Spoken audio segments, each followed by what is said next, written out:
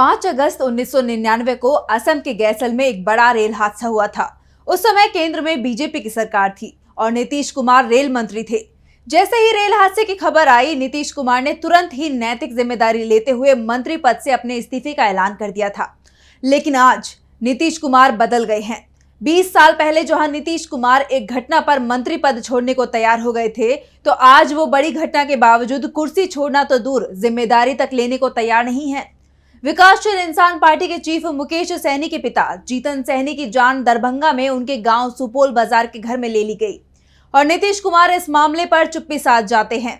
जिम्मेदारी लेना तो दूर की बात है, वो भी तब जब सीएम नीतीश कुमार के पास ही गृह मंत्रालय भी है। बिहार में इस समय भ्रष्टाचार और अपराध दोनों ही मामलों में सीएम नीतीश कुमार बुरी तरह से घिरे हुए हैं, लेकिन कुर्सी से वो ऐसे चिपके हुए हैं कि कोई भी दल नीतीश से सीएम पद और गृह मंत्रालय छीन नहीं पा रहा है। विपक्ष का दबाव जब नीतीश पर ज्यादा बढ़ता है तो वो उसके साथ ही हो जाते हैं, लेकिन कुर्सी नहीं छोड़ते। नीतीश कुमार किसी तरह की जिम्मेदारी लेने को तैयार नहीं है। जिम्मेदारी लेने का मतलब है कि अपनी कुर्सी छोड़ना, और कुर्सी के लिए तो नीतीश पिछले 10 साल में इतनी बार पाला बदल चुके हैं कि बिहार में अब इस बात की चर्चा लगातार चलती रहती है कि नीतीश कब पलटी मारेंगे। फिलहाल तो नीतीश सवालों में है और सवालों में उनका सुशासन का दावा भी है। बिहार में विकासशील इंसान पार्टी के चीफ मुकेश सहनी के पिता जीतन सहनी की जान उनके घर में ही ले ली गई। इसके बाद से विपक्ष नीतीश से सवाल कर रहा है कि राज्य के गृह मंत्री होने के नाते क्या वो जिम्मेदारी लेंगे। कानून व्यवस्था के मोर्चे पर नीतीश कुमार लगातार फेल हो रहे हैं और वो कमजोर सीएम दिखाई दे रहे हैं, तो क्या गृह मंत्रालय छोड़ेंगे? दरअसल इस बार जब नीतीश कुमार ने पलटी मारी थी तो बीजेपी ने नीतीश पर गृह मंत्रालय छोड़ने का जबरदस्त दबाव बनाया था, लेकिन नीतीश कुमार ने गृह मंत्रालय अपने ही पास रखा। और अब जब बिहार में कानून व्यवस्था की स्थिति पर सवाल उठ रहे हैं तो बीजेपी नेताओं के बयान नीतीश कुमार की परेशानी को ही बढ़ाते दिख रही हैं। बीजेपी प्रवक्ता अजय आलोक ने मुकेश सहनी के पिता की जान लिए जाने के मामले पर कहा कि सभ्य समाज में अपराध को रोका नहीं जा सकता। अमेरिका में ट्रंप पर भी हमला हो गया, लेकिन पुलिस अपना काम करेगी। साफ है, अजय आलोक ने नीतीश का बचाव करने की जगह उन पर तंज ही कस दिया। दरअसल बीजेपी की निशानी पर बिहार सरकार में सिर्फ गृह मंत्रालय ही नहीं है, बल्कि उनकी नजर नीतीश कुमार की कुर्सी यानी सीएम पद पर भी है। इसलिए एक तरफ विपक्षी दल नीतीश पर हमलावर है तो बीजेपी नेता नीतीश का बचाव करते नहीं दिख रहे हैं। नीतीश को विपक्ष के हमलों का जवाब देने के लिए बीजेपी ने अकेले छोड़ दिया है।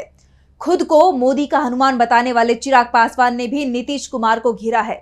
उनका सवाल भ्रष्टाचार को लेकर है, खासतौर पर जिस तरह से बिहार में पुल गिर रहे हैं उसे लेकर चिराग ने कहा कि कहीं ना कहीं कुछ तो गड़बड़ है। साफ है कि कुछ ना कुछ गड़बड़ तो है ही। बीजेपी भी बिहार सरकार में हिस्सेदार है, इसलिए नीतीश कुमार पर वो सीधा हमला नहीं बोल सकती, लेकिन नीतीश कुमार का बचाव करती भी नहीं दिख रही है। साफ है, नीतीश की असफलता और उनकी जो छवि थी उसके धूमिल होने में वो अपना फायदा देख रही है। नजर 2025 पर टिकी हुई है। बीजेपी दावा भले ही कर रही है कि नीतीश कुमार के नेतृत्व में ही वो विधानसभा चुनाव लड़ेगी, लेकिन दबाव ये बनाया जा रहा है कि नीतीश कुमार ही कुर्सी छोड़ दें। लेकिन एक सवाल ये भी उठ रहा है कि अगर बिहार में हालात इसी तरह से खराब होते रहे तो इसका नुकसान सिर्फ नीतीश कुमार को ही नहीं होगा, बल्कि पूरे एनडीए को इसका नुकसान उठाना पड़ेगा। लोकसभा चुनाव में एक बात साफ हो गई है कि देश में अब नरेंद्र मोदी के नाम पर एनडीए को वोट नहीं मिल रहा है। बीजेपी को जो सीट मिली उनमें मोदी का ज्यादा योगदान नहीं था। खुद नरेंद्र मोदी इस बार मुश्किल से चुनाव जीत पाए। पिछले दिनों एनसीआरबी की रिपोर्ट सामने आई थी, जिसमें बताया गया था कि लोगों की जान लेने के मामले में बिहार देश में दूसरे स्थान पर है और पटना इसका एपिसेंटर बन गया है। ऐसे में ये भी कहा जा रहा है कि बीजेपी और जेडीयू के बीच बड़ा भाई बनने की कोशिश के चलते ही राज्य की कानून व्यवस्था की स्थिति बिगड़ती जा रही है।